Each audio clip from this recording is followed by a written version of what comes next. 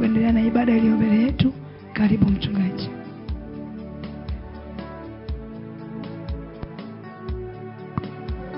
Yes, Mungu abariki sana. Tuombe. Bwana Yesu, asante kwa ajili ya neema yako. Asante kwa sababu watoto wako tumekutolea sadaka. Baba, tunaomba wabariki kila mmoja aliyenyosha mkono wake. Bwana Yesu, bariki kila mmoja kwa neema yako na nguvu zako. Uwezeshe wote Bwana Yesu na kuwapa neema. Ubariki wote Bwana Yesu na kuinua.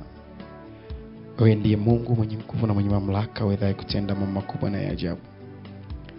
Baba, ninaomba neema yako endelee kuwa juu ya watoto wako, wakifanikiwa na kuiona neema yako katika maisha yao. Maana katika kile walichopata Bwana amekutolea. Naomba baraka zako sasa juu ya maisha yetu. Kila mmoja ukamguse kwa nafasi yake na kumkumbuka na kumuinua mfalme. Wewe ni Mungu unayeweza mambo yote. Bwana Yesu, endelea kutawala, endelea kuonekana ukibariki na kuinua watoto wako. Katika jina la Yesu Kristo aliye hai. Asante pia kwa ajili ya ibada hii. Asante kwa kuweko mahali hapa. Asante kwa kutawala mfalme. Asante kwa kuonekana katika ibada ya siku ya leo. Ninakuinua na kutukuza nikisema asante kwa yote, katika jina la Yesu Kristo Nazareti aliye hai. Amen. Bwana Yesu asifiwe. Haleluya.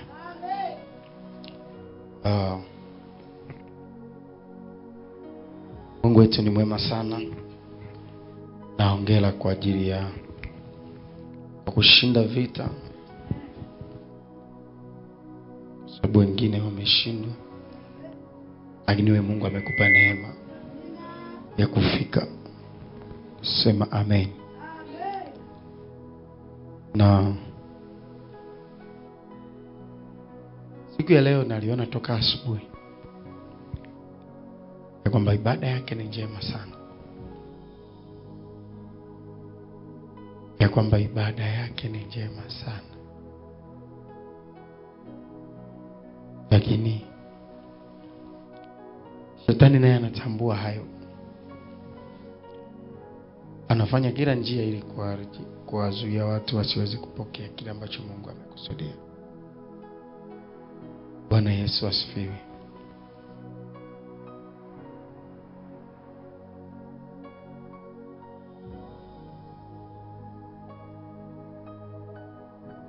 Leo naliona neema ya Bwana ikishuka tena juu yetu. Ikishuka tena wetu. Lakini hii niliona ilikuwa ni kwa ajili ya kuimarishwa. Bwana Yesu asifiwe. Hii ni kwa ajili ya kuimarishwa, kwa sababu nafikiri tunakumbuka wote niliwaambia kwamba mwaka huu mambo yako mengi sana katika ulimwengu wa roho na wa mwili. Na kitu ambacho unatakiwa kufahamu ni kwamba tumefikia wakati ambao hupaswi kumpoteza Yesu kizembe. Bwana Yesu asifiwe. Haleluya. Tumefikia wakati ambao hutakiwi kumpoteza Yesu kizembe. Huu ndo wakati ambao hutakiwi kupoteza Mungu kirahisi tu unaacha wokovu.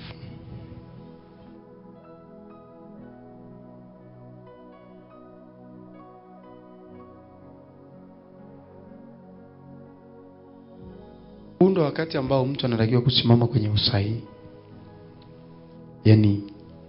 Ni wakati ambao unatakiwa kusimama kwenye usahihi kuliko wakati mwingine wowote unaojua wewe. Na watu wasisubiri mambo yaanze kutokea ndipo wao wanamtafuta Mungu kwa bidii. Bwana Yesu asifiwe. si ukafikiria kwanza kumtafuta Mungu kwa bidii baada ya kuona mambo mabaya yameanza kutokea. Sema amen. Inakuwa ni ngumu sasa, kwa sababu wakati unakuwa tayari wewe wenye changamoto, kuanza kuimarisha uhusiano wako na Mungu inakuwa ni kazi sana.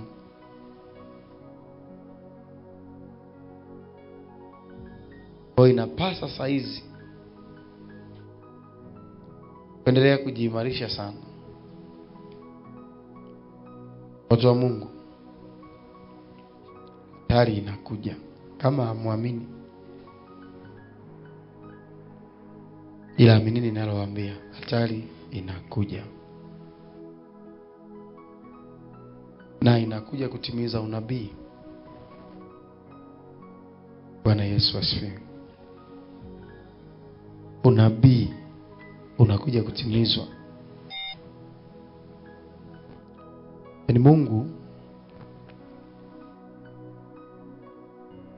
anaruhusu baadhi ya mambo yatokee ili lile lilotabiriwa kwenye maandiko lidhihirike. Kwa sababu Biblia inasema Yesu harudi mpaka yote yatimie. Sema amen. Kwa hiyo yaliyosalia makubwa yanakwenda kutokea.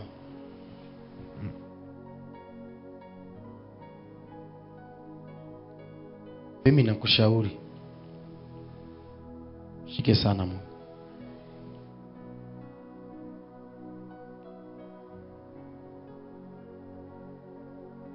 Alafu kuna kitu hiki Roho Mtakatifu akawa ananisemesha.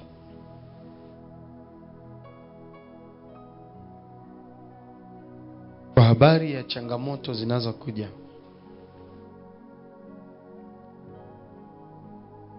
Maana yake kitu kinachokwenda kutokea cha kwanza kikubwa, unaenda kuwa na mtikisiko mkubwa sana wa kiuchumi. Sema amen. Uchumi unakwenda kutikisika sana. Sasa nini kitatokea? Ugumu wa maisha utaongezeka sana. Bwana Yesu asifiwe. Ugumu wa maisha utakapokuwa unaongezeka sana, ndiposa watu wa Mungu wanakwenda kutembea na neema ya Elia. Hebu sema neema ya Elia. Neema ya Elia unatunzwa na Mungu. Bwana Yesu asifiwe. Yaani Mungu yeye ndo anakuhifadhi katika kipindi kigumu sana.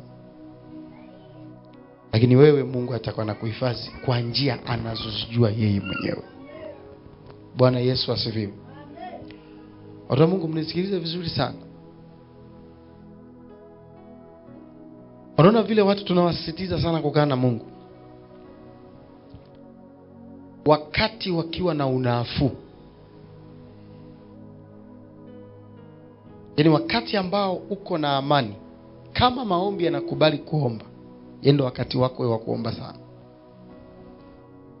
Kabla hujaja wakati ambao hata kuomba ni kazi. Tunaelewana vizuri? Yaani wakati ule ambao una muda na una nafasi ya kumtafuta Mungu, ndo wakati sahihi wa wewe kufanya bidii kumtafuta Mungu mpaka umpate. Kabla hujaja wakati ambao utakuvuruga, hata kutamka neno moja kuomba ni kazi. Kwa sababu akili yako imejaa sana na mawazo. Haleluya. Asa ule wakati ambao ukisha tengeneza mahusiano yako vizuri na Mungu, utakapoingia kwenye wakati ulio mgumu, utaendelea kuona uwepo wa Mungu kwa sababu ulishafanya maandalizi tayari. Ulishakutana na Mungu tayari. Kwa hiyo hata katika msimu ule unatembea naye tu. Hata kama ukiomba kidogo atajibu, kwa sababu kwenye huo msimu mmeingia wote. Bwana Yesu asifiwe. Yaani mmeingia wote kwenye huo msimu. Yaani kama ni maisha au hali ya uchumi au hali ya dunia inapata tatizo lolote, hautatikisika, kwa sababu unapoingia huo msimu tayari una muunganiko. Wewe na Mungu mna muunganiko. Na nisikia ninachosema? Sio uanze kutafuta muunganiko wa wewe na Mungu ndani ya shida. Ni kazi. Bwana Yesu asifiwe. Kwa hiyo kama wakati huu unaweza kuomba, omba sana. Na nikuasie kitu kimoja kikubwa zaidi. Jifunze kujitegemea. Sema amen. Yaani kujitegemea kwa namna gani? Kujitegemea kwa namna ya sio kila kitu unamtegemea mtu fulani ndio akiwepo utaweza kukifanya. Kwa mfano, kujua kuisikia sauti ya Mungu. Tunaelewana vizuri? Kujua kuisikia na kuielewa sauti ya Mungu. Jifunze. Jipe zoezi. Sio kwamba kitu utakachosikia lazima mtafute mchungaji alete majibu ya kile ulichoona au kile ulichosikia. Sio kila kitu, kwa sababu kuna wakati unaokuja utakao kutaka wewe usimame kwa miguu yako mwenyewe. Sasa ni hatari wakati huo ukikufikia wa wewe kujisimamia, bado akili yako inamtegemea fulani. Huo ndio utakuwa ni wakati wa anguko lako. Utakuwa ndio wakati wa kukata kwako tamaa. Ni wakati wa kuacha wokovu, kwa sababu unayemtegemea hauko naye sasa. Bwana Yesu asifiwe. Haleluya. Watu wa Mungu, sisi sote tumeumbwa na Mungu. Yaani hakuna mtu aliyejiumba. Na majanga yanapotokea duniani yanakumba kila mtu. Bwana Yesu asifiwe. Lakini Mungu ameweka tumaini kwa wale wanaomcha. Anasema, tazama, siku ile inakuja inawaka kama tanuru. Bwana Yesu asifiwe. Haleluya. Na Biblia inasema kwamba wale waovu itawateketeza, nasi tutawakanyaga. Bwana Yesu asifiwe. Watakuwa majivu. Lakini anasema mwenye haki, anasema watakatifu, jua la haki litawazukia lenye kuwaponya. Haleluya. Iko neema inayokuja kwa watumishi wa Mungu wote wanaotumika kwa moyo madhabahuni pa Bwana. Wataona jua la haki likizuka juu ya maisha yao wakati unaokuja.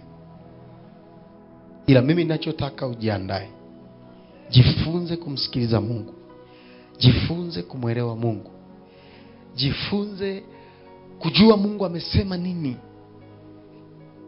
Na fanya majaribio ya kumwelewa Mungu na kujua sauti yake na kufahamu anaongeaje, akinieleza kitu kama hiki anamaanisha nini, na ninajuaje kama jibu nilipata ni sahihi, na nitafanya ili nione kwamba kitu fulani kimekaa sawa sawa. Jifunze. Hello. Mungu alinipa hili somo. Hofu huzuia matokeo ya imani yako, lakini ujasiri hukuza imani yako. Bwana Yesu asifiwe. Haleluya.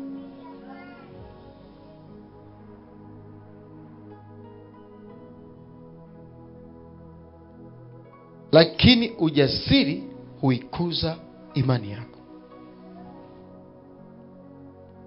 Na Tujifunze japokuwa katika hali fulani ambayo shetani alikuwa anapambana sana kuzuia na kuharibu ili kuna kitu kieleweke, lakini Mungu wetu ni mkubwa sana. Na leo tutarudia kidogo, lakini tutaendelea mbele. Sema amen. Bwana Yesu, tuhudumie watoto wako katika somo hili. Fundisha tupasayo. Sema nasi na fahamu zetu tuelewe vile unataka tuelewe. Ni nini unatuhusia, ni nini unatuambia? Tusaidie basi Bwana, tuweze kuelewa kusudi la neno hili na yaliyo mapenzi yako yaliyobebwa ndani ya neno hili, katika jina la Yesu, amen. Na Roho Mtakatifu akaniambia, nenda taratibu, nenda taratibu. Hofu huzuia matokeo ya imani yako. Ujasiri huikuza imani yako.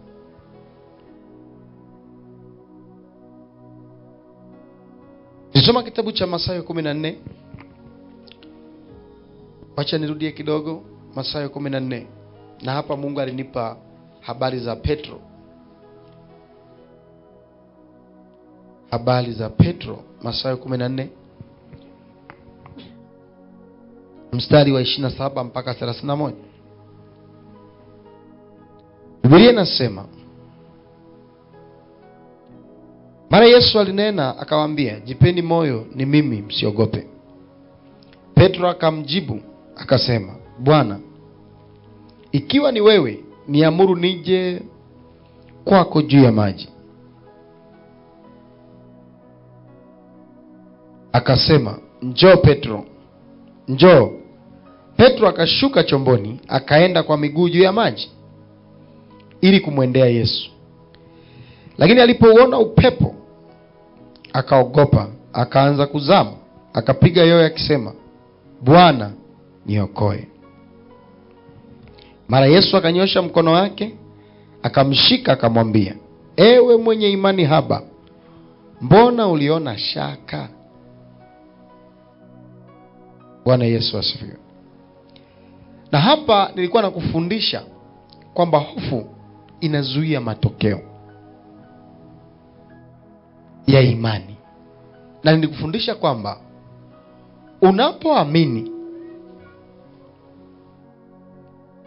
ukaanza kutembea kwenye kile unachoamini,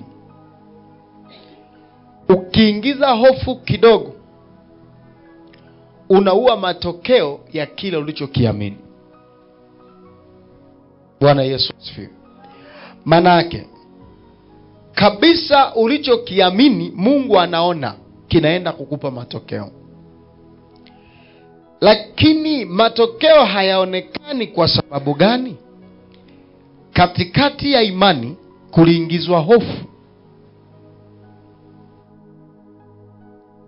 Na ile imani haikuzaa matunda kwa sababu ilikutana na kitu kinaitwa hofu. Mungu akanifundisha pia kwamba Petro alianza kutembea juu ya maji.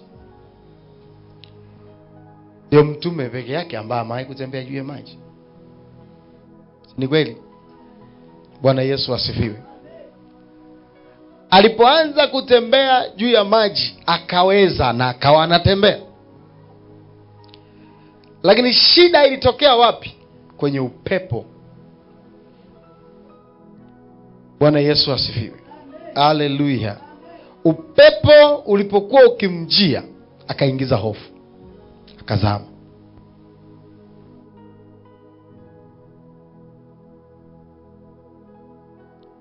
Hapa pia Mungu anifundisha mambo mengi sana, kwamba watu wengi sana pia hawapati matokeo kutoka kwa Mungu wanayemuamini, kwa sababu pia wanapoanza wanaamini vizuri sana, lakini wanapoendelea mbele wanaingiza hofu. Wanaingiza hofu. Na ndio maana unakuta kuna maneno yanatokea katikati ya imani. Katikati ya imani. haya maneno siku zote ni maneno ambayo yanaenda kupeleka hofu kwa muamini. Yaani kile anachokiamini wanakitengenezea maneno ambayo yale maneno ndani yake yanabebwa na hofu,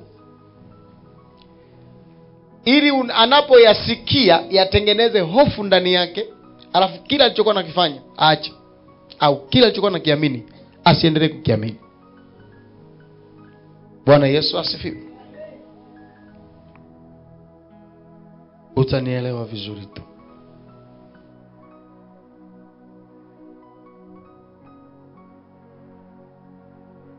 Kuna mtu anaamini kwamba alipokuwa anaanza kusali, aliamini kabisa kwamba katika kuabudu kwake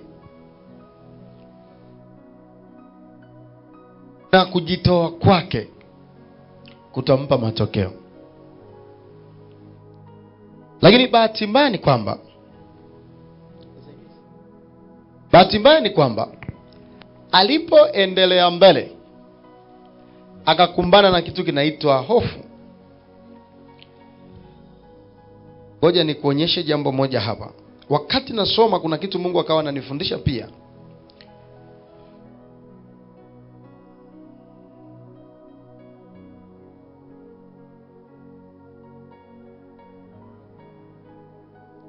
Kitabu cha Waefeso. Natafuta namna ambayo itakusaidia wewe kuelewa vizuri. Twende kwenye kitabu cha Waefeso 3. Waefeso 3 mstari wa 12.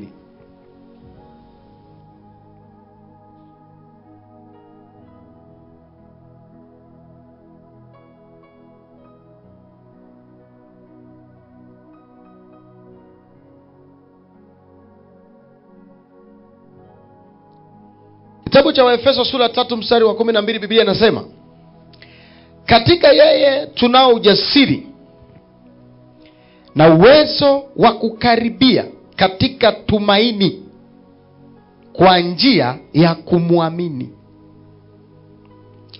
Katika yeye tunao ujasiri na uwezo wa kukaribia katika tumaini kwa njia ya kumwamini.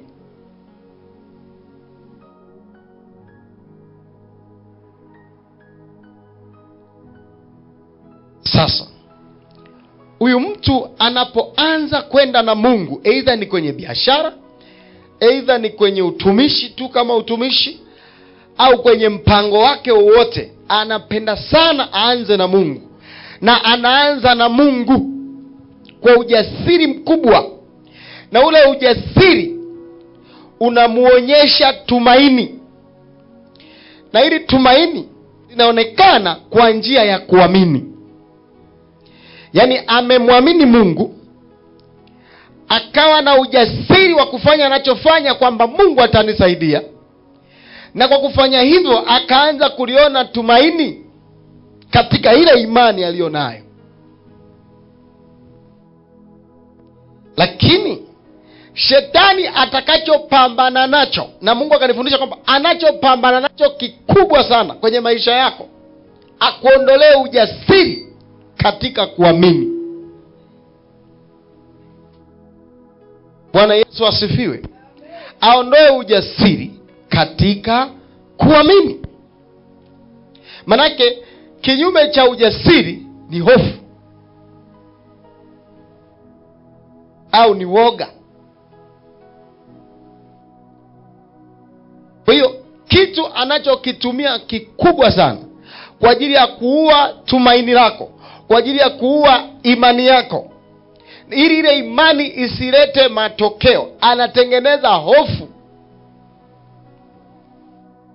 Unakuta mtu alikuwa na ujasiri toka anaanza kwamba Mungu atatenda, Mungu tutatembea naye, Mungu lazima, Mungu mwanzo anasema Mungu anatembea, Mungu. Anafika katikati, anakutana na changamoto zinazolenga kuipiga imani ndani yake, zikiwa na vitisho. Anajikuta ule ujasiri unashuka, anajikuta ameanza kuogopa, Na dakika unaporuhusu hofu ingie kwenye maisha yako, ndo dakika unayozama. Bwana Yesu asifiwe. Dakika unayoruhusu hofu iingie kwenye maisha yako, ndo dakika unayozama. Na ni mambo mengi sana ambayo watu wanashindwa kuyafanya kwa sababu kwanza hofu. Sasa tuachane na mambo ya kiroho, tuende mambo ya mwilini. Mtu anataka kufanya biashara, wanamwambia biashara fulani ukifanya inaweza kukupa matokeo mazuri sana, unaweza ukafanikiwa sana.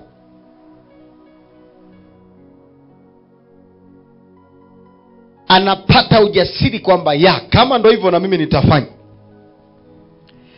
Lakini anapoanza kufanya, anakuja mtu mwingine anamwambia, wewe hiyo biashara umewahi kufanya? Anasema sijawahi kufanya. Anamwambia hakuna biashara yenye hasara kama hiyo. Yaani mimi nakwambia kama unataka kupoteza pesa zako, fanya biashara hiyo. Tayari yale maneno ya pili yamebeba kitu kinaitwa kitisho. Na kitisho kinalenga hofu izaliwe ndani yako. Ule ujasiri na imani ya kwamba kumbe biashara hii ina faida, naweza nikaifanya, unaanza kufa ndani yako. Tunaelewana vizuri? Bwana Yesu asifiwe. Kwa hofu, na unaacha kufanya kwa hofu ya kuingia hasara. Yaani unaacha kufanya ile biashara kwa hofu ya kuingia hasara.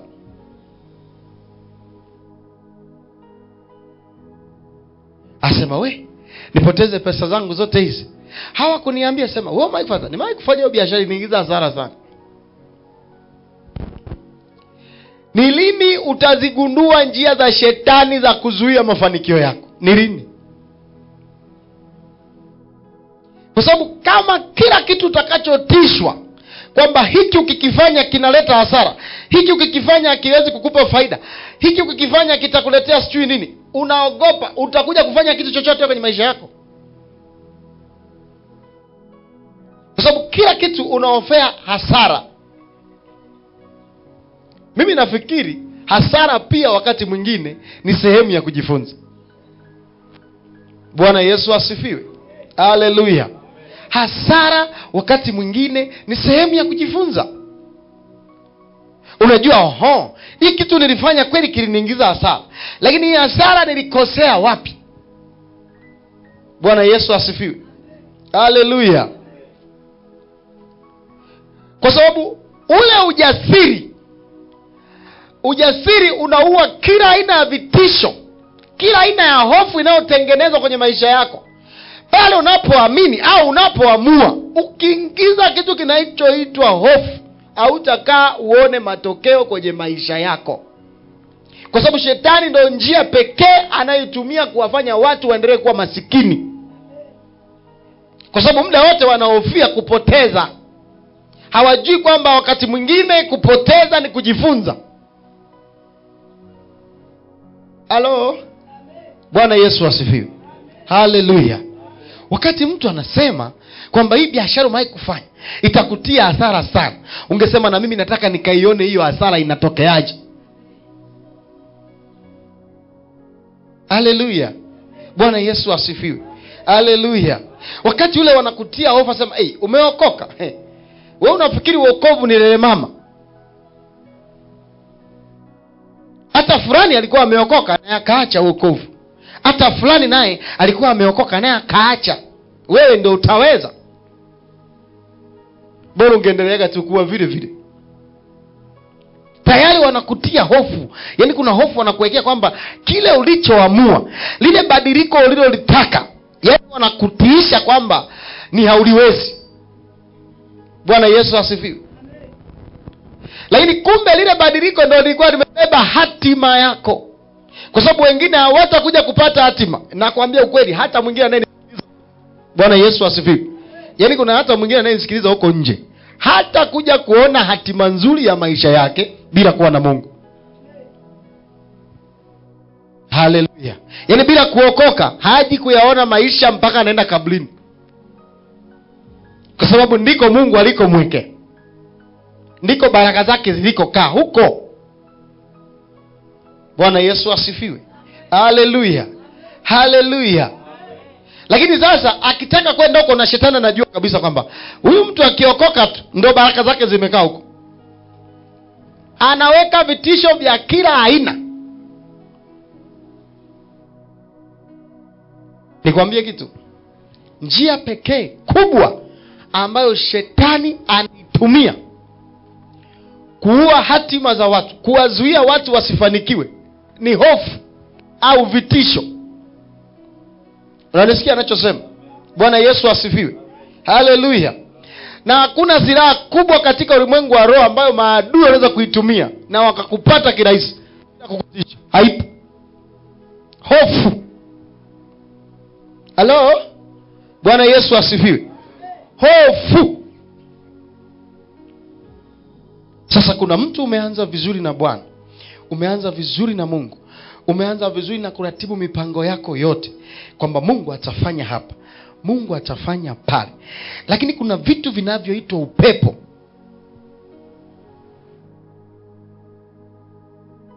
Kama ambavyo aliona Petro.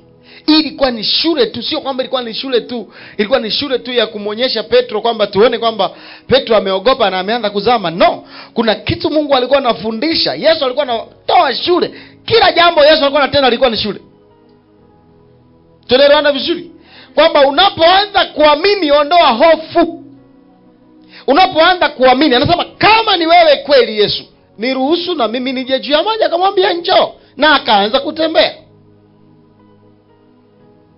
Bwana Yesu asifiwe. Alipoanza kutembea, katikati ya kutembea Yesu anamsubiri afike alipo. Katikati ya kutembea ameingiza hofu. Na Yesu alisema neno hili, akasema ewe mwenye imani haba. Manake kosa lilikuwa kwenye imani haba. Alafu haikuishia hapo. Imani haba huwa inazaa mashaka. Tunaelewana vizuri? Yaani kama umeamua kutembea na Mungu kweli kweli, hakikisha unakuwa na imani kweli kweli. Ewe mwenye imani haba, mbona uliona shaka? Manake imani haba hiyo ilikusaidia kutembea, mashaka uliongeza ya nini? Yaani katika hako kaimani kadogo, umeona Mungu vile anakutendea. Hako kadogo hako, umeona Mungu anakutendea, ukiomba Mungu anakulinda, anajibu. Lakini ni kaimani kadogo, na wewe unajua kwanza ni mtu wa michanganyo, lakini kale kaimani kadogo umeweza kuomba, Mungu amekusikiliza. Kwa nini sasa usianze kukakuza kawe kakubwa, lakini matokeo yake tunaona unaingiza mashaka? Halo? Bwana Yesu asifiwe. Haleluya. Watu wa Mungu, hiyo ndo njia pekee ambayo shetani anaitumia sana kuwa miendo ya watu ya kiroho. Na hiyo ndo shetani anaitumia. Ni kufundisha pia ngasema, wakati wa maombi shetani anakuambia na ukifunga wewe una vidonda vya tumbo. Anatumia kitu fulani kukutisha, na ukishaogopa unasema hapana, sitafanya kwa sababu kweli na vidonda vya tumbo, sitafunga. Bwana Yesu asifiwe. Haleluya, haleluya. Yaani kuna vitu tudogo ambacho shetani anatutumia kwa ajili ya kuondoa. Yaani shetani anakasirika hata kaimani kale kadogo ulikokuwa nako, anatamani Kenya kauwe kabisa. Na ndio maana tunajikuta ni watu tulioganda pale pale. Hebu angalia maisha yako mengi sana. Umekuwa mtu wa kuogopa hasara, na ndio umekwamia hapo. Yaani kila mtu anaogopa hasara, kwamba sasa nikifanya hivi na nikapata hasara. Hakuna mtu yeyote ambaye amekuwa mkubwa au amekuwa na mafanikio makubwa aliyekuwa anaogopa hasara. Hayupo. Na nisikia anachosema? Bwana Yesu asifiwe. Haleluya.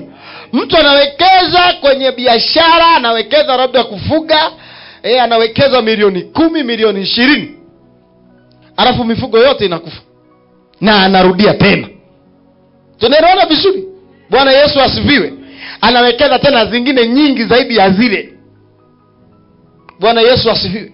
Na ndio maana sio kila aliyefanikiwa amepita mahali parahisi. Mimi nakwambia, mimi nikakwambia, nilifanya biashara fulani nikaingia hasara, nikafanya biashara ya pili nikaingia hasara, nikafanya ya tatu nikaingia hasara, lakini hii ya nne Bwana alinitokea. Halo, Bwana Yesu asifiwe. Yaani mtu unakaa mdoto, unaogopa hasara. Unaogopa hasara, unajua kesho, leo nikikesha naomba, kesho nitachoka sana, kwa leo sitaomba. Lakini usifikiri kwamba hilo neno la nitachoka sana ni pepo. Usije ukafikiria amelikuta wapi. Ni shetani ameleta upepo. Alipouona upepo akaanza kuzama. Tunaelewana vizuri? Yaani yale mashaka ya kwamba kesho itakuwaje ndio anaanza kuzamisha watu. Halo, Bwana Yesu asifiwe. Nikawa naangalia, naona ujasiri. Nikawa okay, kumbe anasema katika yeye tunao ujasiri na uwezo wa kukaribia katika tumaini kwa njia ya kumwamini. Yaani kama hautaweka ujasiri kwenye kile ulichokiamini, hautakiona. Bwana Yesu asifiwe. Yaani kama umeamini jambo na hakuna ujasiri, hofu ndio iliyokujaa, hiyo imani yako itakuwa sawa na upatu uvumao. Utakuwa una kitu. Bwana Yesu asifiwe. Unaelewa mtu wa Mungu? Amen. Haleluya. Ndio mstari wa 13 anasema, basi naomba msikate tamaa kwa sababu ya dhiki zangu kwa ajili yenu zilizo utukufu kwenu. Basi naomba msikate tamaa.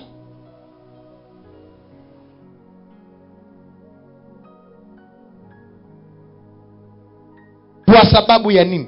Kwa sababu ya dhiki zangu kwa ajili yenu. Maana yake wasije wakaua ile imani kwa kuogopa yale yaliyonipata mimi. Tunaelewana vizuri? Bwana Yesu asifiwe. Maana anasema japokuwa mimi haya yamenipata ni kwa sababu yenu. Kwa hiyo sasa yasije yakawa sababu ya kuwakatisha tamaa na nyie mkaacha imani. Kwamba mbona Petro aliamini na akapigwa sana, na sisi tutaamini kweli? Msije mkapata hofu hapo. Hofu isije ikawaingia, kwa sababu haya yalinistahili, ni kwa sababu yenu nyie. Halo, leo ndo tunamsoma Paulo kwa sababu kwanza alikuwa ni jasiri. Sema amen. Sema amen. Bwana Yesu asifiwe. Haleluya. Hofu inazuia matokeo. Kuna vitu naamini ukiingiza hofu hautaviona. Sema amen tena. Bwana Yesu asifiwe sana. Wacha tuangalie kitabu kingine hapa.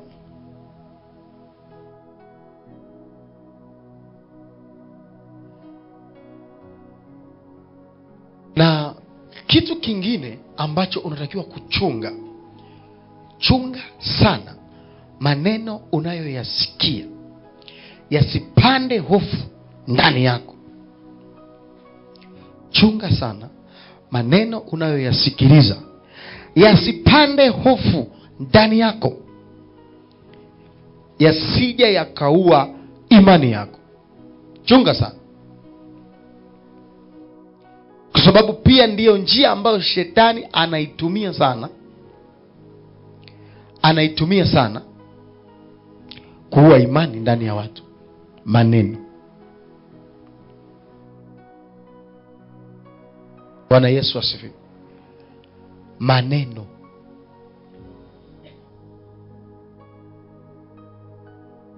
Na watu wakikupa na shuhuda za watu wengine zinakurudisha nyuma kabisa. Kwa mfano kama hapa si walituambia ili kanisa pale palikuwa na kanisa, natuonyesha na pale yote yalikufa. na hili linakufa. Bora mngeacha mapema. Haleluya. Na watu wengine nasema, mchungaji umekuja? Taa huo. Mungu akusaidie. Yaani hadi watumishi wale ambao wanaaminika wanasema, mchungaji hapo utakiwa usimame sana. Hapo utakiwa usimame sana. Yaani wanakuambia maneno ambayo kabisa yanatosha kunifanya nikakusanya vivyo vyangu na kuondoka. Bwana Yesu asifiwe. Kwa sababu ni maneno ambayo yanakuja kupanda hofu.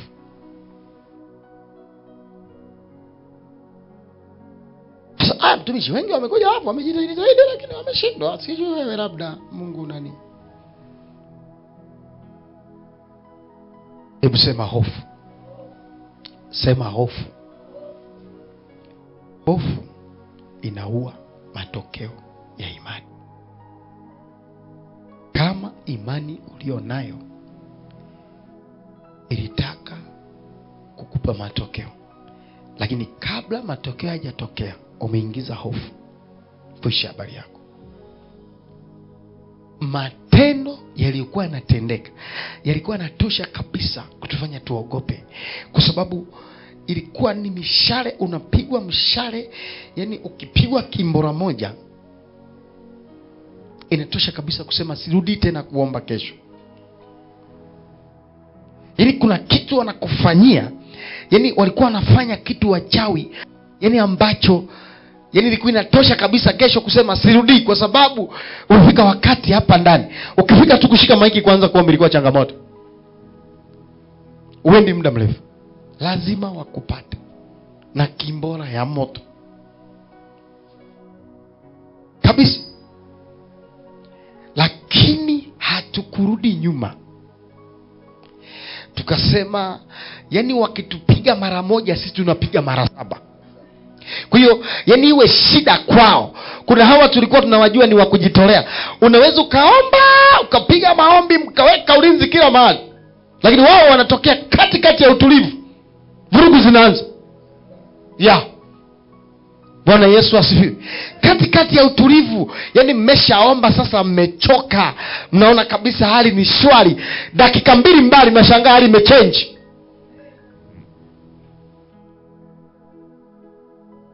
Tuko tunawaita wa kujitolea.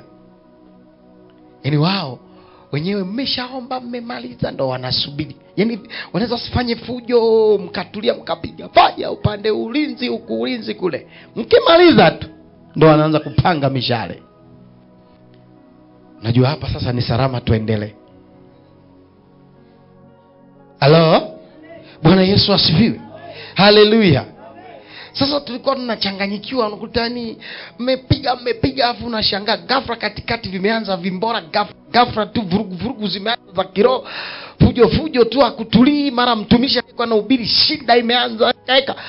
Unaanza kuchanganyikiwa, lakini hatukukata tamaa wala hatukuruhusu hofu itutafune. Tuliendelea kuwa majasiri. Wakipiga tunapiga. Halo? Bwana Yesu asifiwe. Wakati yule mtu anakuja kukuambia kwamba utaingia hasara, mwambie na mimi nataka nijaribu kwa nafasi yangu nione hiyo hasara, maana na mimi nitakuwa nimejifunza. Vya kuambiwa sitaki. Kuna mtu aliwahi kusema akili ya kuambiwa changanya na ya kwako. Kila kitu wewe unaambiwa kigumu. Na hata wanafunzi pia wanaferi wakati mwingine huko shule, na sisi tuliferi kwa sababu ya kuambiwa. Unajua hesabu ni ngumu sana. Yaani kabla sijaanza kuzifanya nimeshaambiwa ni ngumu na nimeshaweka hofu. Sasa zinakuwaje nyepesi? Nasema ngumu sana, nitapambana nazo. Walioziweza ni wakina nani? Aliyetunga yeye ni nani? Alitoka mbinguni. Unaelewa ninachosema? Yaani kuna kitu kishakiingizia hofu, huwezi kukifanya. Mimi hata nifanye kazi fulani nimesikia na hela sana. Wanakuambia ila ngumu, wewe huiwezi. Wanaotakiwa kufanya kazi ya hivi ni watu wewe. Watu gani hao? Akisema watu wa aina fulani hivi wanavyokuweza, watu hao kumbe ni mimi ndio niko hivyo. Unanisikia ninachosema? Unaposema hii kazi bwana ni ngumu sana, watu fulani wa namna hii ndio natakiwa, si wao wenyewe nao wataja, si ndio mimi mwenyewe niko hivyo hivyo. Halo, Bwana Yesu asifiwe. Hasa kila kitu kama wewe kwako unapata vitisho na umesha tofautisha, umeshajiwekea matabaka kwamba kitu fulani ni cha kufanya watu wa aina fulani. Wewe utafanya kipi? Watu wa aina fulani hao watu si ndio wewe? Bwana Yesu asifiwe. Haleluya. Watu wa Mungu tunaelewana? Sawa. Kitabu cha uone kitu hapa. Kitabu cha Yoshua 2:11.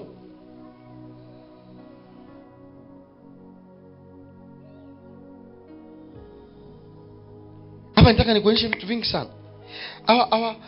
Hapa na tunatazama habari za Yeriko. Kwa Yoshua hapa tunaona habari za mji fulani unaitwa mji wa Yeriko. Lakini kama muda nitakuwa nao tena, nitakuonyesha wapelelezi wale walioenda kuipeleleza nchi ya Kanaani. Haleluya. Kitabu cha Yoshua. Kitabu cha Yoshua sura ya 2 mstari wa 11.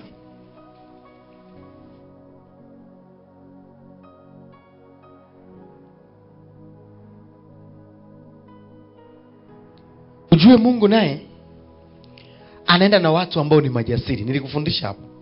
Mungu anataka watu majasiri, waoga. Nilikwambia uoga pia ni dhambi, si ni kweli? Anasema waoga na wasioamini sehemu yao ni katika ziwa lile liwakalo moto na nini? Na kiberiti. Sema amen. Yaani ukishakuwa mwoga, yaani wewe ni mwoga, Mungu hawezi kwenda na wewe. Haleluya. Bwana Yesu asifiwe.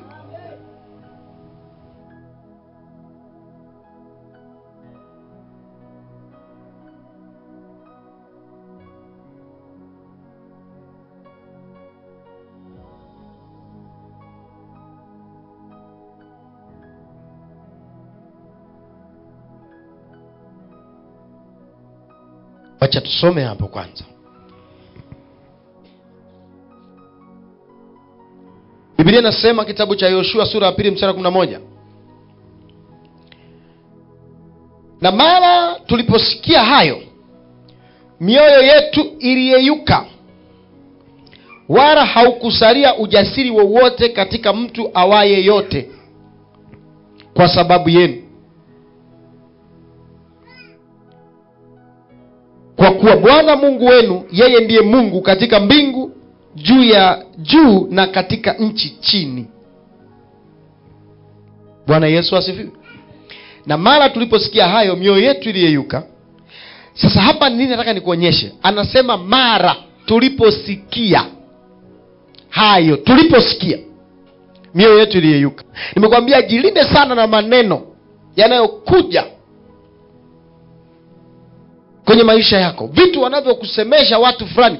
Angalia kwenye mambo unayofikiria kupiga hatua, mambo ya kupambana kubadilisha maisha yako. Chunguza sana maneno watu wanaokuambia. Unapoanza kufanya jambo fulani, kuwa makini sana na maneno ya watu wanayosema kwa habari ya hicho unachotaka kukifanya. Maana maneno ndiyo njia pekee pia shetani anaitumia kwa ajili ya kuua ujasiri wako, kuweka hofu ndani yako.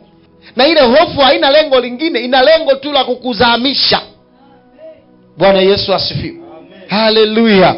Haleluya. Anasema na mara tuliposikia hayo, mioyo yetu iliyeyuka, wala haukusalia ujasiri wowote katika mtu awaye yote. Na ndio maana ngoja nikufundishe jambo moja.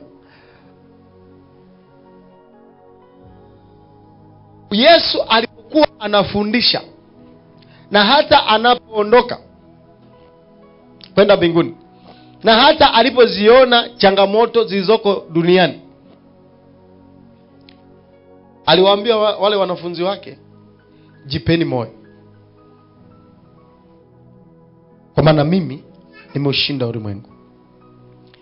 Lakini nalikuta neno lingine, Mungu anasema jipe moyo. Bwana Yesu asifiwe. Sio upewe, jipe. Huku kwenye imani hatupewi moyo, tunajipa moyo. Yaani huku ukitegemea kupewa moyo umefeli. Sasa mwe mnanitia moyo, tukutie kutoka wapi? Huku kwenye imani unajitia moyo, sio unatiwa. Unajitia moyo mwenyewe. Unanisikia ninachosema? Bwana Yesu asifiwe. Haleluya. Kwa hiyo sasa ukisubiri watu wakutia moyo lazima ufeli.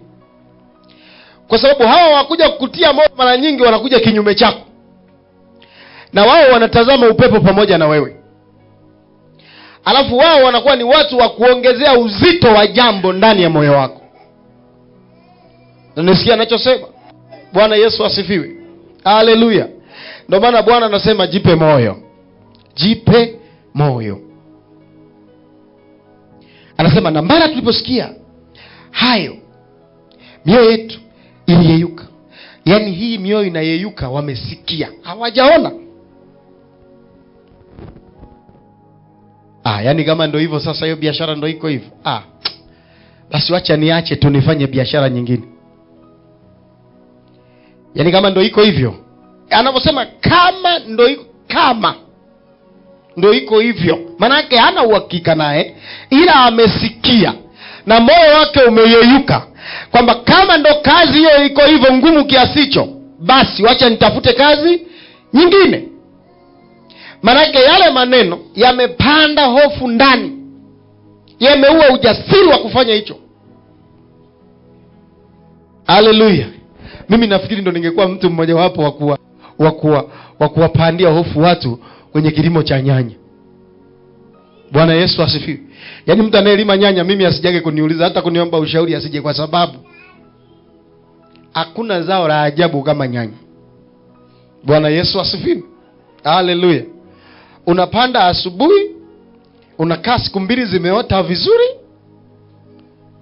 zinaanza kukuonyesha matumaini. Unaenda jioni zimeanza kunyauka. Bwana Yesu asifiwe. Alafu anakuambia nini kimenyausha, unasikia baridi ilipita. Haleluya. Bwana Yesu asifiwe. Haleluya. Kwanza ni zao gumu sana kufanyia kulilima. Linataka mtu awe serious nalo sana. Alafu baadaye unaweza kushangaa unamaliza kulima nyanya, umetumia gharama zote, alafu unakuja kuambiwa bei ya nyanya debe moja 1500. Bwana Yesu asifiwe. Haleluya. Sasa kama hapo mimi sije ukachukua ushauri kwangu, kwa sababu nitakuvunja moyo tu. Halo. Bwana Yesu asifiwe. Haleluya. Sasa kama hapo mtu akitaka kufanya hicho kitu, yeye anaweza akafanya akafanikiwa, lakini akinisikiliza mimi amefeli. Halo. Bwana Yesu asifiwe. Haleluya. Kwa hiyo kuna maneno ambayo unaweza kuyasikiliza kwenye fahamu zako yakayeyusha imani yako na ule ujasiri wa kufanya jambo fulani ambalo unatamani kulifanya kwenye maisha yako ukayeyuka. Na uwezo ukajua Mungu amekuwekea wapi mafanikio yako. Na ndio maana unapotaka kufanya jambo usitake kutiwa moyo, jitie moyo. Bwana anasema duniani mnayo dhiki, lakini jipeni moyo. Sio nawapa moyo. Jipeni wenyewe. Kwa kuwa mimi mwenyewe nimeshinda ulimwengu. So na wewe jipe moyo, utashinda. Hakuna kitu kizuri kama kujipa moyo. Unanisikia ninachosema? Yaani kujitia moyo mwenyewe. Yaani wewe mwenyewe jitia kwamba nitapata, nitafanikiwa tu, nitafika, nitakuwa mtumishi mkubwa tu. Yaani wapende wasipende, yaani watake wasitake, nitakuwa mtumishi mkubwa tu. Haijalishi upepo gani na uona, haijalishi upepo gani naona, haijalishi naona wenzangu wameshaenda mimi nimekwama. Hapana. Mimi nao muda wangu, huo ni muda wao na wao, na mimi nina muda wangu, nitakuwa kama ninavyoona. Wala sikati tamaa. Ukijikatisha tamaa tu mwenyewe, kwa sababu ukitaka watu wakuje kusema tulishakwambia hili anga ni gumu, tulishakwambia mazingira haya makanisa hayaendi, tulishakwambia, mbona tulishakwambia. Mtumishi, ungetuelewa tu toka pale mwanzo, ungetuelewa. Hao ndo wale ambao umesubiri wakutie nini? Moyo. Bwana Yesu asifiwe. Haleluya. Haleluya. Haleluya. Lakini ukianza kujitia moyo unasema hata kama ni jangwa, Bwana anaweza kutokeza maji jangwani. Hapa pakawa masika. Mungu akiamua hapa panakuwa masika, panakuwa baraka. Pale mlipokuwa mnafikiri haiwezekani, Bwana akiamua panawezekana. Oho. Shida ni hofu. Sasa sijawa sawa, nafanyeje? Sina mtaji, sijui sina nini, nitaanzeje, nitafanyeje? Yaani wewe mwenyewe kwanza ndio sababu. Yaani wewe mwenyewe ni mtu ambaye unajiingizia hofu. Yaani kwa maneno yako tu unajiwekea hofu. Ni kweli umeamini vizuri, lakini umeanza kujitishia mwenyewe, unajiogopesha mwenyewe mpaka unajiachisha mwenyewe. Sema wewe unasoma shule wewe, unataka kuwa nani? Mimi nataka kuwa profesa. Unataka kuwa profesa? Kwenu nani amai kuwa profesa? Nyie kwenu hakuna mtu anaweza kawa msomi. Tunaelewana vizuri? Yaani maneno yanakuyeyusha. Kwanza tuliposikia tu habari zenu, mioyo yetu imeyeyuka. Kwa sababu tumejua Mungu wenu ni Mungu wa mbinguni, lakini pia ni Mungu wa duniani. Ni kweli walikuwa sahihi na ndivyo ilivyo. Lakini nini kilitumika pale? Hofu iliyotiwa na maneno. Halo? Bwana Yesu asifiwe. Haleluya. Haleluya. Haleluya. Yaani kuna mambo ya ajabu duniani huwezi kuamini. Yaani kuna vitu duniani vya ajabu. Yaani kuna watu wanafanya kitu mpaka unashangaa, unasema aliwezaje? Lakini ukija kumfuatilia mtu na kumuuliza, unakuta ni kwamba amejitia moyo katika maneno mengi sana yaliyokuwa yanamvunja moyo, mpaka amekuwa vile alivyo. Bwana Yesu asifiwe. Haleluya. Alipambana na hofu za kila aina. Unamwambia wewe unataka kuweka hiyo biashara huku, nani ananunua? Na kuna watu wamairisha hata kama, yaani kuna mtu anataka kufanya biashara fulani mahali fulani, wanamwambia huku nataka kufanya biashara, unamuuzia nani sasa? Lakini msukumo ndani na imani na kitu ambacho Mungu aliweka ndani, anambia weka hapa. Ndipo sasa anashangaa baadaye anakuja kurudi, anakuta pale alipopakataa yeye, walipomwambia hapa huwezi kufanya, akafanya mwingine na anaendelea kufanikiwa sana. Hapo nabaki anasema jamani, hapa nilitaka kufanya mimi hiki kitu, walizuiaga hapo. Akasema sisi watu hamna sana. Kuna mtu alinishauri, wewe ujue anayekushauri ndo ambaye hataki mafanikio ya kwako. Jifunze kujisimamia mwenyewe, kujitia moyo mwenyewe na kufanya kitu mwenyewe. Kama unapata hasara ni sehemu ya kujifunza.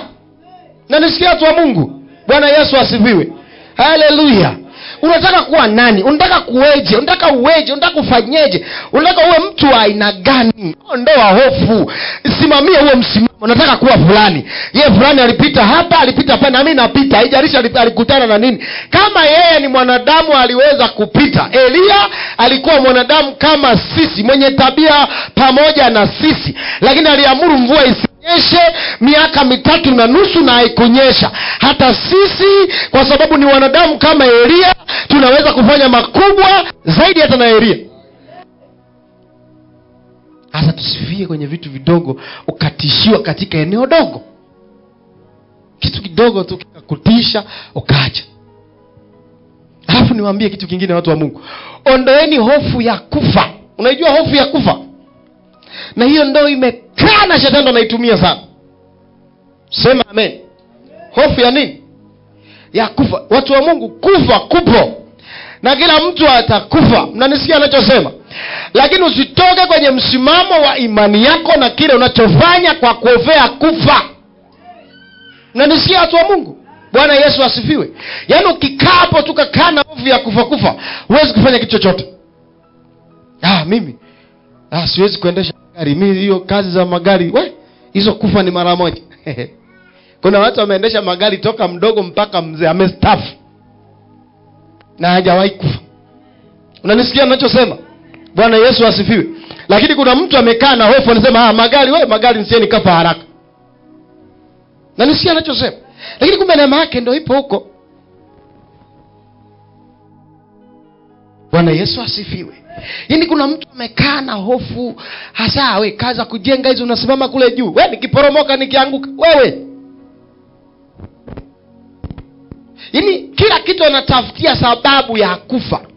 Wewe nikianguka, wewe nikifanya hivi, wewe sikikiwa. Wewe yani ndio amekaa hapo na umasikini huko hapo. Aendelee kuwa masikini kwa sababu pia anaogopa kufanyaje? Kufa. Si unaogopa kufa? Hivi unafikiri kazi gani ambayo haihatarishi maisha? Bwana Yesu asifiwe. Haleluya. Haleluya. Hivi unasema naogopa kuendesha bodaboda. Wewe, kwa sababu gani? Wewe sie nikafa haraka. Watu tumeendesha bodaboda na saa hii tumestafu. Sema amen. Bwana Yesu asifiwe. Tumefanyaje? Kufa. Mungu ndo anayepanga ufe. Na ndio maana nasema tafute Mungu, kaa naye. Yeye ndo atakaye limiti muda wako. Hakuna mtu atakaye katisha. Mungu akisema utakufa ukiwa na miaka 70, itafika 70. Tunaelewana vizuri? Lakini kila kazi na hatari yake. Angekuwa rubani na angesema hivi hivi. Mvuvi angelalamika vile vile. Tunaelewana vizuri? Mfanyabiashara angelalamika hivyo hivyo. Kuna wale wa mama wanafanyaga biashara za minadani kwa minadani. Kule nyumbani wanapandaga kwenye gari hizi malori mafuso.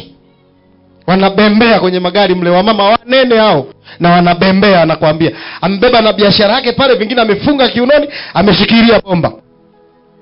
La gari linanesa naye mpaka anafika nyumbani.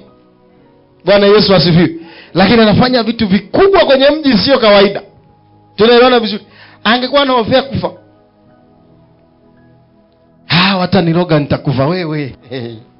Kama wakiamua kukuroga kufa, hata kama hujafanya hicho pia wataroga. Kwa sababu wao, shetani huwa anafanya, anapopambana na wewe kitu hatafuti sababu. Yaani hanaga sababu, analoga. Na nisikia anachosema. Bwana Yesu asifiwe. Haleluya. Kuna wakati nikaambia watu, eti mtu anatafuta sababu ya kuloga, eti mimi wananiloga, nimewakosea nini? Unatafuta kosa kwa shetani la kulogwa. Eti nimewakosea nini sasa mimi wananiloga? Kuna siku shetani anafanya kitu kwa sababu yeye anajua wewe ni adui yake. Akishaona na kitu kizuri, hana cha kupoteza. Yeye ni muda wote ni kukutafuta akumalize. Halo? Watu wa Mungu mnasikia? Sema kwa jina la Yesu. Ninakataa hofu. Ninakataa woga. Watu wa Mungu, usipoelewa hivi vitu utabaki pale pale. Tunaelewana vizuri? Na ukishashinda hofu, yaani hofu ukishinda tu, umeshinda kila kitu. Vitisho vya watu, kukutishia, unajua hiki ukifanya hivi kitaenda hivi. Unajua wewe, sijui wewe umekuwa hivi. Sijui unajua hivyo vitisho vya watu ukivisikiliza wakati wote hakuna kufanikiwa. Yaani uwe siku zote endelea kutazama waliofanikiwa. Wewe usitazame hawa waoga wanaotishia. Halo? Bwana Yesu asifiwe. Ukiharibikiwa leo, sema naanza tena kesho. Mpaka nione. Mbona kuna mwingine hapa alipita alifanikiwa, yeye alipitaje? Halo? Tuko pamoja watu wa Mungu. Unamuelewa Mungu, lakini unaelewa kitu Mungu anasema? Hasa sisi ambao Mungu anatutegemea kwenye madhabahu yake.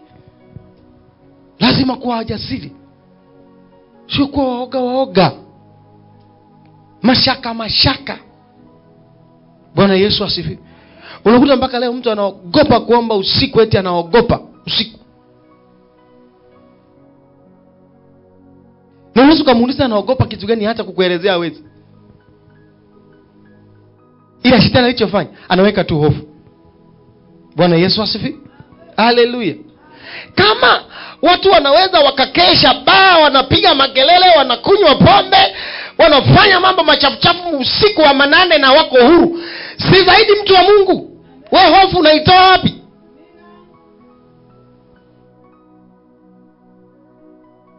Hofu unaitoa wapi? Mashaka unayatoa wapi?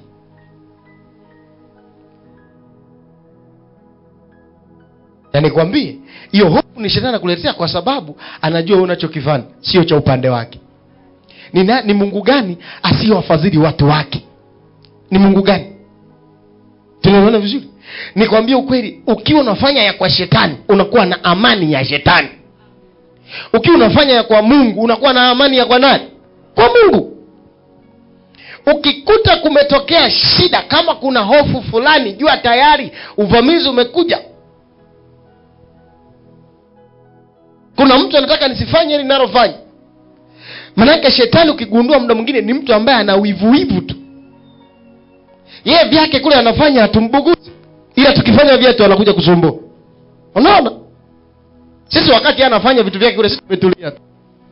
Tunaendelea na maisha yetu. Lakini sisi tukianza kufanya vyetu amefika. Yeye ana wivu tu.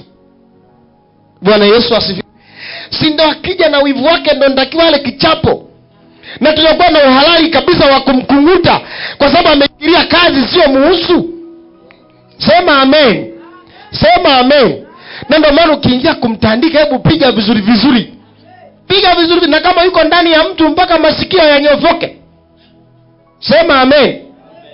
Si yuko ndani ya mtu, mtu amemruhusu ambebe aje kuvuruga vitu ambavyo havimhusu. Piga kweli kweli, sema amen.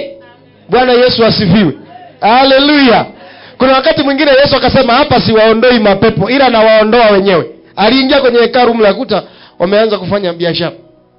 Akasema leo sasa ndio mtaelewa kwamba nina uwezo kote mwilini na rohoni. Hivi mai kukana ukatafakari watu walivyokuwa wengi vile, alafu walivyoharibu vitu vya watu vile. Mai kufikiria walimuacha tu, yaani walishindwa cha kumfanya. Petro tu akikaa akisema amguse mtu, amguse mtu, amguse mtu. Tunaelewana vizuri?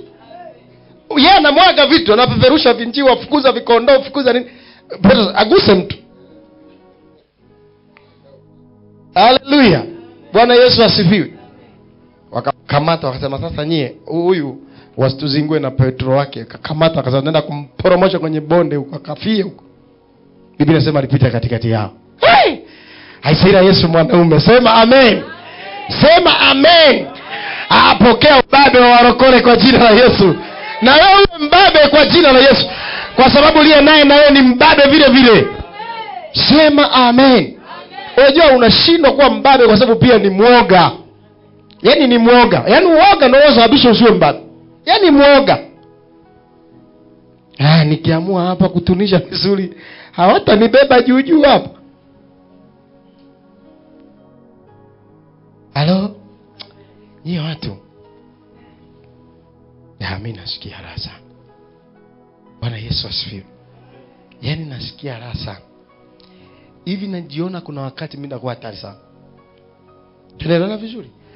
Kuna wakati inatakiwa ujizire kwa Bwana. Na nisikia kwamba sio mbaya kama nitakufa mikononi mwake na nikiyatimiza mapenzi yake. Sio mbaya. Tunaelewana vizuri? Sio mbaya kama nafanya yaliyo yake na nikapata shida hapo, hata sio mbaya. Halo? Kwa sababu hapo ndo penye thawabu. Uoga utazuia hata tusiwe watumishi wakubwa. Uoga utazuia tusifanye mambo makubwa na Mungu. Uoga.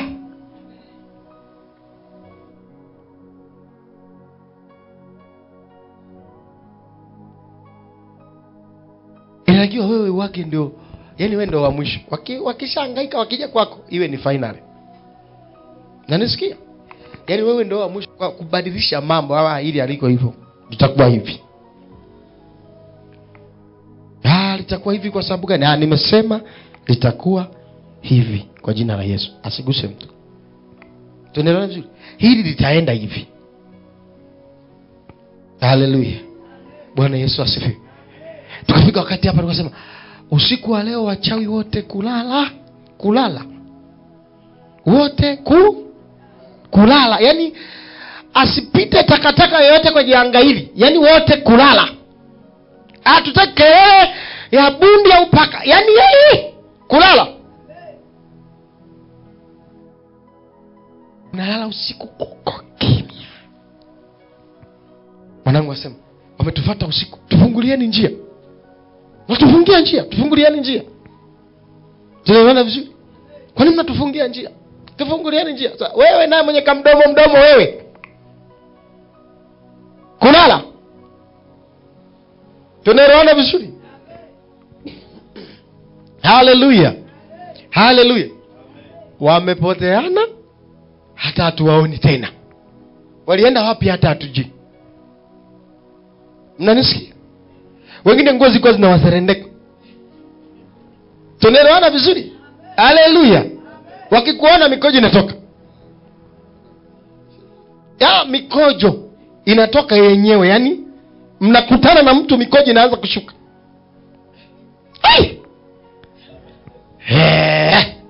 Hallelujah. Ila Yesu ni mbabe. Mimi nikasemaga Yesu, kwa nini usiwe watu haraka haraka? Kumbe Mungu ana akili bwana. Yaani kuna watu wengine wanatamani tu kama hapa Mungu angesema tu kisha. Lakini kumbe Mungu anaacha mtu ateseke kidogo, ajifunze kwamba ulichokuwa unafanya ulikuwa unakosea. Tunaelewana vizuri? Kuna wengi sana Mungu tunaomba lakini kama hatuoni matokeo, aisee Bwana we, usilolijua. Halo, Bwana Yesu asifiwe. Yaani Mungu anaanza kumpuruni mtu taratibu. Yesu ni mbabe. Sema amen. Sema amen. Usiwe mwoga. Kuna maadui kwenye maisha yako, unawachekea, unajisifu mbele yako na wewe umetulia. Kwa nini lakini kuwa mwoga? Kuwa jasiri. Chochote unataka kufanya, hata kama wamekuambia ukifanya kitu cha namna hii wanaloga, waambie mimi nafanya, waloge na changu nione. Tunaelewana vizuri? Alafu kuza imani yako kwa Mungu wako, uone kama watakuchezea. Mashaka yanasababisha tudumae, tusiwe na mafanikio. Nakwambia hata kujenga inakuwa ni kazi. Naambia nani kwenu aliwahi kujenga nyumba nzuri, unataka kujenga? Aambie mimi ndo nitakayejenga. Lile unalolikiri Bwana aliumba hilo. Na nisikia anachosema. Hallelujah. Shida muda wote ni kukiri udhaifu. Mimi siwezi kwa kweli. Yaani labda kwa na mimi siwezi. Yaani siwezi zimekuwa nyingi, siwezi. Jamani siwezi. Wewe mama siwezi. Jasiri. Sema yani kama hawa watu hawajawahi kumuelewa Mungu, kwa wote waliopita kwangu watamuelewa. Yaani kwangu mimi watamuelewa. Na kama hawajawahi kumpenda kwangu watampenda. Unajua Roho Mtakatifu na mazia. Roho Mtakatifu kana nifundisha jambo moja. Sijui kama na unaelewa. Bwana anasema nikiinuliwa juu nitawavuta wote waje kwangu. Mike kusoma ile neno. Bwana Yesu asifiwe. Mike kusoma.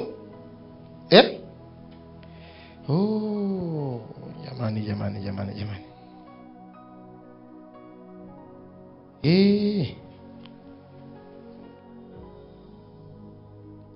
Sijui kama nitaliona hapa.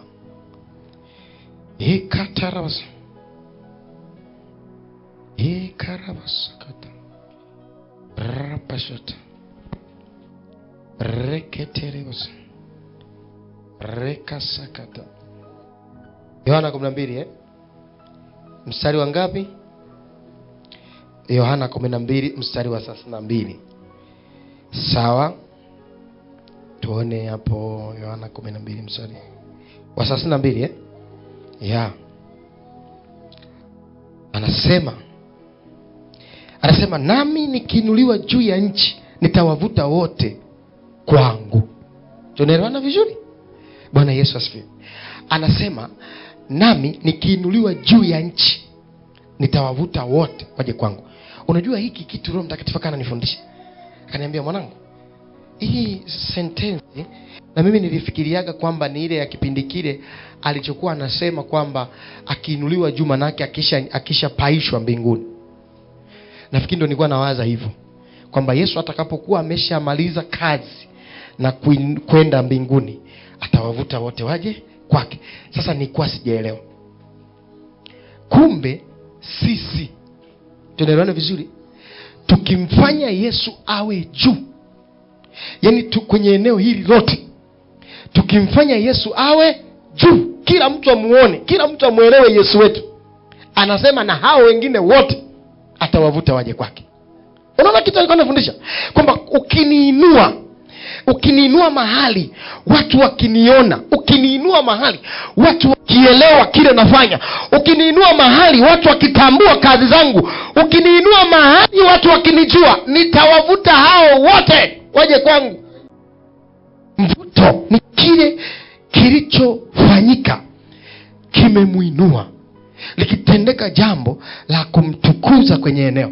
Unajua lazima uende mahali mwambie Mungu, hebu nipe karama ya miujiza, alafu katika hii karama ya miujiza nataka nikuinue juu. Tunaelewana vizuri? Si mnaonaga watu wanavyovutika kisha tendeka tu jambo moja kubwa, watu wachanganyikiwa. Kumbe hapa tuko tunapazalau, kumbe Yesu yupo, wanakuja, kumbe Yesu yupo, wanavutwa kwa sababu Yesu ameinuliwa juu mahali hapo. Piga Yesu makofi mazuri. Na simama mahali ulipo.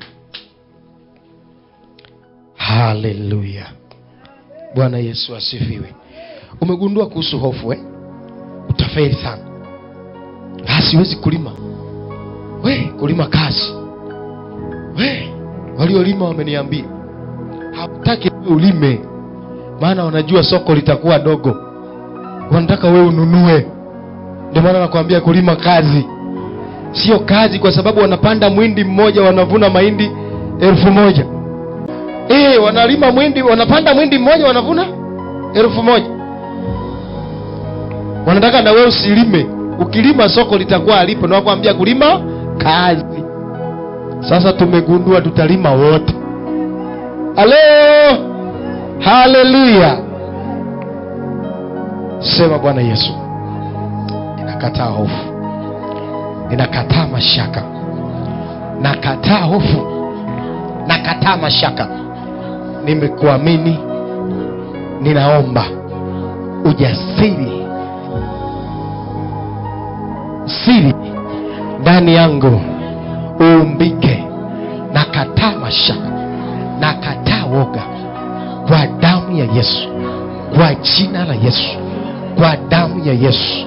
Nakataa mashaka, nakataa woga, nakataa mashaka. Roho Mtakatifu, dakika kidogo tu anataka kufanya jambo hapa. Inua mikono yako juu kidogo tu hapa. Nimekwambia leo Mungu alikuwa amekusudia jambo na linatokea. Mungu anataka kuimarisha watu ndani, kuimarisha watu ndani. Ujasiri umbike, mashaka yaondoke, ile hofu yote itoeke. Hofu inayoua maendeleo, imani na kitu chochote ndani yako itoeke. Sate paradosha shakaramando sakata. Inua mikono yako, inua mikono yako, inua mikono yako. Kataa hofu, mwambie Mungu niimarishe, Mungu niimarishe, niimarishe, niimarishe, niimarishe. Raka paso kataya rebo sha. Yes, ndio rako sapaya mandariba busaka rianda rababosi katarabashaka rikataramande rebobosia ikarado shakapa rakapa seketa rianda rebe seketa rimamo redo shakaramande rebobosia ikataramande reke sakataya aria masekete reboboshikata rianda ropo koria manda saina maya karadesha braka sakata katika jina la Yesu.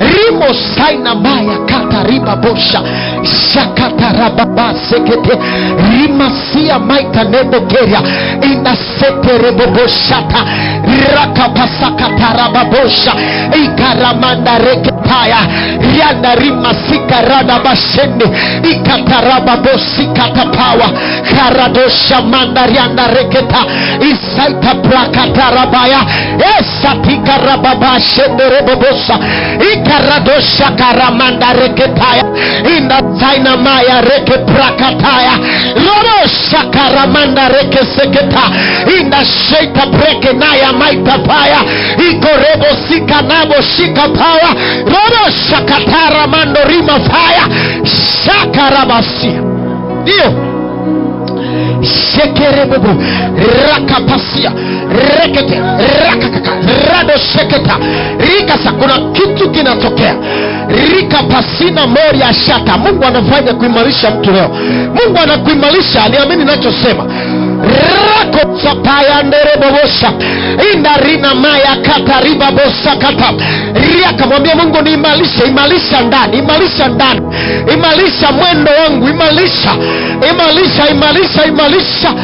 sekerebobosa katarababa rado seketa ikarama sekete paradoshi kamando ranosa kapa redoshi kapaya. Yes, kataraba riandarima mosika indarebe shenderebo koria kataraba shakana. Wanaonena kwa lugha, nena kwa lugha, nena kwa lugha. Mungu kama amekujalia hiyo neema, nena kwa lugha. Seketaraba boshakata rianda saita brakataya ikorebo shanda raina moria sika power paradeshi karamanda. Yes, ikaramanda ikandaraba shanda rianderebo saita ikandaraba power riakanderebo sia ikorebo sakata ikatarababa rianderebo sika. Bwana kuimarisha leo, Bwana kuinua leo, Bwana fanya jambo repraka sakata rabababababo rekeseketerebosha rana masakata.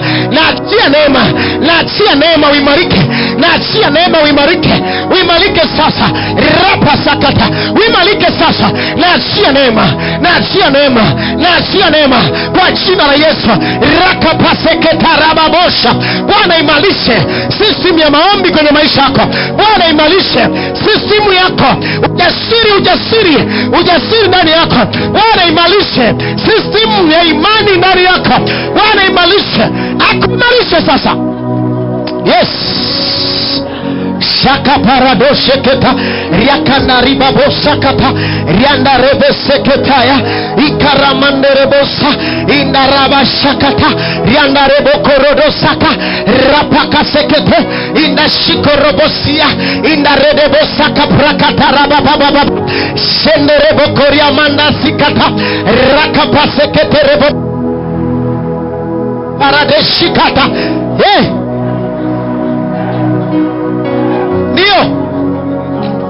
Ndio wewe mwende Bwana na uimarisha. Hakuna kufedheka, hakuna kata tamaa. Never fear in Jesus mighty name. Repaka ya mando rado seketaya rapasika nama repeseketa rakoko sekerebobo rade shikata. Spiritual seterebo riakandaraba ikorebosha riandira basaya ikaradoshika oramasakata aikeribobosika.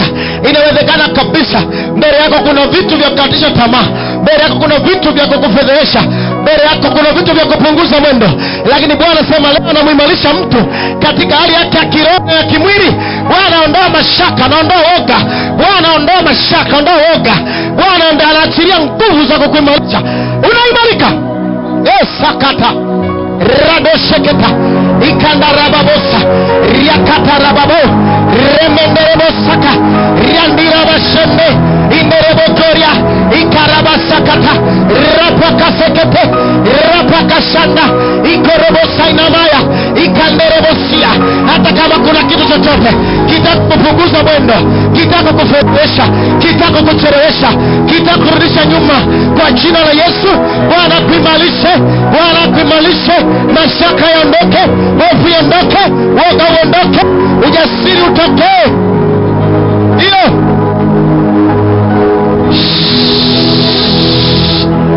shakaraba reketerebo riandarabasika indashenderebo riandirabasaya ikorobo shanda